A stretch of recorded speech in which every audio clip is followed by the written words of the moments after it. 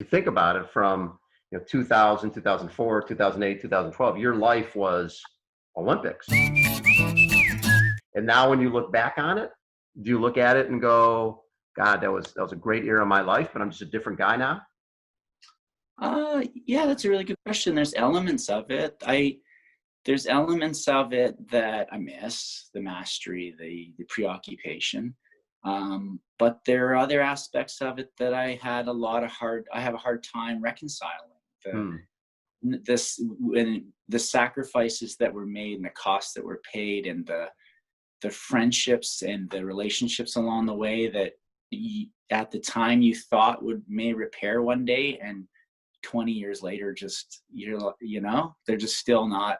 You go, all that, and 20 years passed or 10 years passed, and you're still angry at me about this thing that happened, and Yeah, I know. Because you're an athlete, and the idea is, I was interviewing Norman Stadler, and we were talking about the rivalry with him and Chris McCormick. And he's yeah, like, listen, we're both dads now. We can sit down and have a coffee or a wine or whatever. And that was when we were competing. You sort of had to have that. If I want to be the best, I'm representing myself, my country. If I'm going to be on the podium, I want to be the top of the podium. So that's the drive. But you figure that goes away when you're not lacing them up for your country anymore. You're paddling. You're out there having fun. People should get along. I have that, I have an outlet with soccer. I play in the Vancouver Island Soccer League for Bays United. And Nice.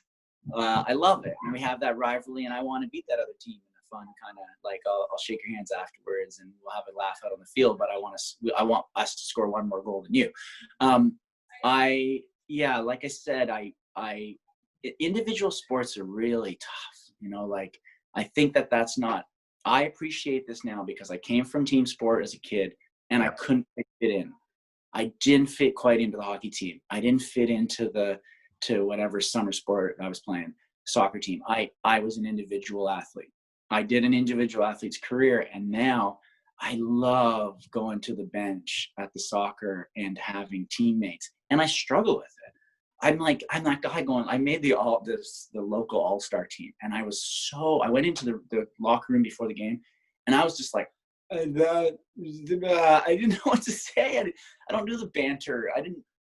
I'm used to competing with the people in the locker room. I'm Right. used to thinking the world of Javier Gomez, but wanting to beat him. I think the world of Jan Frodeno. I want to beat him. And all of a sudden I'm in this locker room with guys. I'm like, oh no, wait, you're on my team. And we're in this together. And you're looking for, particularly with me, they were looking for a little bit of like, oh, the Olympic guy's here. Like, he's going to know what to do. And I'm looking at him like, I don't know what to do right now.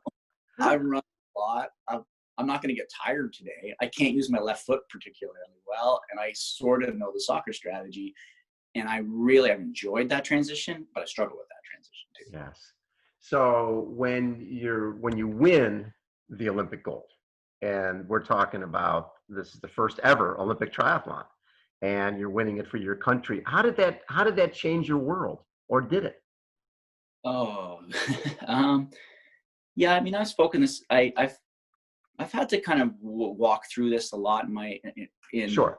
subsequent years, and so what I've come to is that at some point you just love being. You love being immersed in something, Right. and you have this real kid-like purity to it. Like I just want to compete. I want to represent myself. I want to work hard. And then you gain notoriety because of this thing you did, and the gates open. You have like literally a golden ticket that will let you into whatever event you want to go to, and people will pay you for your time. And that part I really struggled with. I didn't see it at the time. I had the golden ticket and I was running around using it, right? And I was like, but 20 years later, now I'm like, oh man, like that notoriety that was gained.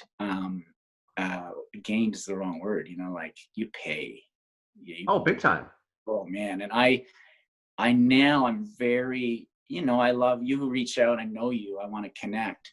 And I trust that we're going to talk about things that are relevant to what happened, but also today, right? Like I know we're going to talk about going forward. What's life like in these things, and not always be a conversation about something that happened, because that's a really odd world, because you come up and this happens where you go into a room, you've gained some notoriety, and people say, oh, I know that guy. And then they don't just say they know it from across the room. They come up and they say, I know you.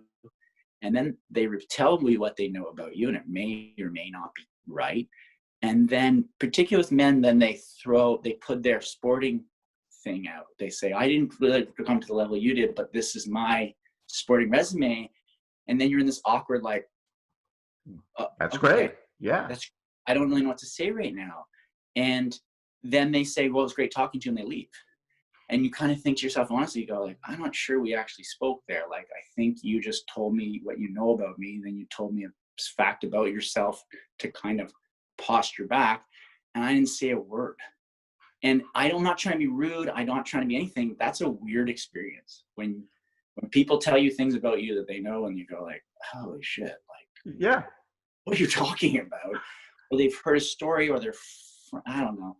And then they posture with you. That's exhausting. It means that you leave a lot of rooms early.